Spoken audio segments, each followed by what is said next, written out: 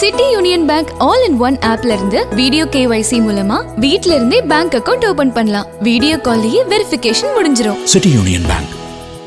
பிரிசோபிஸ் juliflora என்று ஆங்கிலத்திலே சொல்லப்படும் வேலிக்காத்தான் என்கின்ற வேலிக்கருவேல நச்சு மரங்களை தமிழ்நாடு பூராவிலும் விவசாயத்தை அடியோடு அழிக்கின்ற வகையிலும் சுற்றுச்சூழலை நாசமாக்குகின்ற வகையிலும் பற்றி படர்ந்து எதிர்காலமே விவசாயிகளுக்கு சூரியமாகிவிடும் என்ற அந்த ஆபத்தை உணர்ந்து 11 ஆண்டுகளுக்கு முன்னர் நான் சென்னை உயர்நீதிமன்றத்தின் மதுரை கிளையிலே நீதியரசர் செல்வம் அவர்களின் அமர்விலே என்னுடைய ரிட் மனுவை பார்ட்டியின் பர்சனாக தாக்கல் செய்தேன்.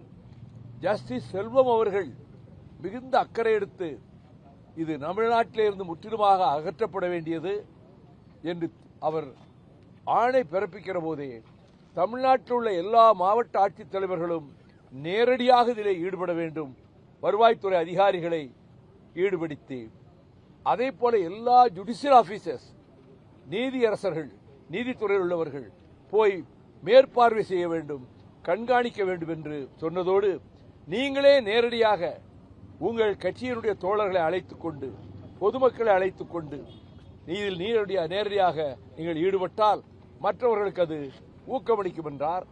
அதுபோல 9 மாவட்டங்களில் காலை 7 முதல் இரவு 7 மணி வரையிலும் கடப்பாறை, ரம்பம், அதை வேரோடு கிள்ளி எறிவதற்கு தேவையான சாதனங்கள் அவற்றை வைத்துக் கொண்டு நான் ஈடுபட்டேன். கொளுத்தும் வெயிலும் கூட ஈடுபட்டேன். மிகவும் அதை வரவேற்றார். திரும்ப நான் நீதிமன்றத்துக்கு வந்தபோது பிறகு ITI எங்க கவர்னர் மாளிகையை சுற்றி இருக்க இடத்துல இருக்க மான்கள்லாம் இது சீமக்கர்களை அகற்றிட்டா மான்கள்லாம் உயிரோடு இருக்க முடியாது என்று அறிவுக்கு பொருத்தமில்லாத வாதத்தை வைத்து ஒரு ஸ்டே வாங்கினாங்க. பிறகு அந்த ஸ்டே உடைச்சிட்டோம். சீஃப் ஜஸ்டிஸ் பெஞ்சுக்கே வந்துச்சு. நான் தொடர்ந்து எல்லா அமர்வுகளையும் கலந்துகிட்டேன். இப்ப கடைசியாக நீதியரசர் சதீஷ்குமார், நீதியரசர் பரத சக்கரவர்த்தி அவர்கள் அமர்வில் வந்தது. கடந்த முறை ஏற்கனவே போடப்பட உத்தேசித்துள்ள ஆணைகளோடு இன்னென்ன திட்டங்களை எல்லாம் அதை செயல்படுத்த வேண்டும் என்று சஜஷன்ஸ் என்னுடைய ஆலோசனைகளை கொடுத்தேன். இன்றைக்கு நீதியரசர்கள் உங்கள் ஆலோசனைகள் அனைத்தும் ஏற்றுக்கொள்ளப்பட்டு இன்கார்பரேட் செய்யப்பட்டு விட்டது இந்த தீர்ப்பிலே என்று சொன்னார். அந்த முழு ஆணையும் கைக்கு வர இருக்கிறது. நான் அவரிடம் சொன்னேன், மொத்த தமிழ்நாடும் நீதியரசர்களே உங்களுக்கு நன்றி கடன் பட்டிருக்கிறது, தமிழ்நாட்டு மக்கள் உங்களுக்கு நன்றி கடன் பட்டிருக்கிறார்கள். I myself will involve in this என்றவர் என்னால் முடிந்த அளவுக்கு என்னோடு பலரையும் திரட்டி கொண்டு கிராமங்களுக்கு போய் இதை அகற்ற வேண்டும், அதில் ஈடுபடுவேன் என்று சொல்லியிருக்கிறேன். கேரளாவை நம்ம ஒரு எக்ஸாம்பிள பின்பற்றலாம். அங்கே சீமக்கருவை எங்கேயும் பார்க்க முடியாது. முளைக்கும் போதே தூர்ல இருந்து வேர்ல இருந்தே எடுத்து பிடிங்கி போட்டுருவாங்க அந்த ஸ்டேட்ல. அதனால ஆறுகள், நதிகள், தண்ணீர் வெள்ளமா ஓடுறது மட்டும் இல்ல, இதை உள்ளே அவங்க பிரவேசிக்க விடல. ஆனால் இங்க 60ல கொண்டு வந்து இது விறகுக்கு பயன்படும் விதைச்சு, இப்ப யாரு இது விறகுக்கு பயன்படுத்த கிடையாது எந்த வீட்லையும். ஆனா ஆடு மாடுகள் அங்க போய் நிக்காது, சிறபிடிக்காது, பறவைகள் அதுல கூடு கட்டாது, முட்டையிடாது. இருக்கிற பிராணவாயெல்லாம் உறிஞ்சிட்டு கார்பன் டை ஆக்சைடு தான் அது வெளியிடும். 50 அடி 100 அடி ஆழத்துக்கு வேர் விடும். வேரோடு பிடுங்கி எரிந்தால் உடைய மேல்மட்டத்திலே வெட்டி போட்டால் ஒரு 20 நாளைக்குள்ள பழவெடி தழைச்சிடும். ஆகவே இதை முழுமையாக அனைவரும் ஈடுபட வேண்டும். இதிலே கட்சி எல்லாம் ஒன்றும் கிடையாது. தமிழ்நாட்டு சுற்றுச்சூழலையும் விவசாயத்தையும் காப்பாற்றுவதற்கு அனைவரும் எல்லா துறைகளில் இருப்பவர்களும் ஜுடிஷியல் ஆபீசர் சொல்லி நூற்றுக்கணக்கான வழக்கறிஞர்கள் இதிலே ஈடுபட்டார்கள். இதை அகற்றுகிற பணியில் எல்லா மாவட்டங்களிலும்.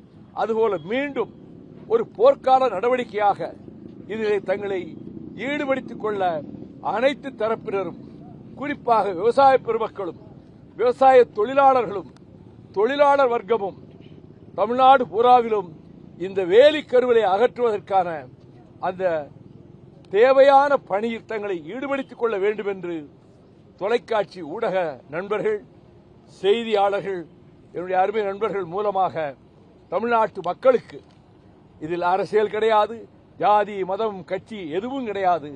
இந்த செந்தமிழ்நாட்டின் எதிர்காலத்தை பாதுகாப்பதற்கும் விவசாயத்தை காப்பாற்றுவதற்கும் சுற்றுச்சூழலை பாதுகாப்பதற்கும் இந்த நீதியரசர்கள் கொடுத்திருக்கக்கூடிய அந்த யோசனைகளை ஏற்றுக்கொண்டு இதிலே தங்களை முழுமையாக ஈடுபடுத்திக் கொள்ள வேண்டும் என்பதையும் என்னுடைய வேண்டுகோளாக வைக்கிறேன்.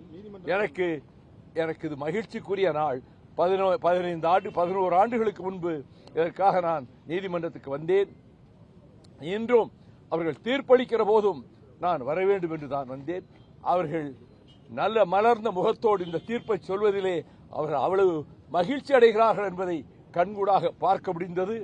இதை ஒரு தொடக்கத்திலே சொல்வது வார் ஃபுட்டிங் இதை செய்ய வேண்டும். தேர்தல் நேரத்திலே ஒருவேளை அதிக நாட்கள் அதுக்கு நான் போக முடியாது. ஆனால் தேர்தல் முடிந்த பின்னரும் நான் என்னை பொறுத்தமட்டில் என் தோழர்கள் ஆங்காங்கு இதில் ஈடுபட செய்துவிட்டு நானே நேரடியாக களத்தில் இறங்கி இந்த பணியில் ஈடுபடுவேன் என்பதையும் நான் தெரிவித்துக் கொள்கிறேன்.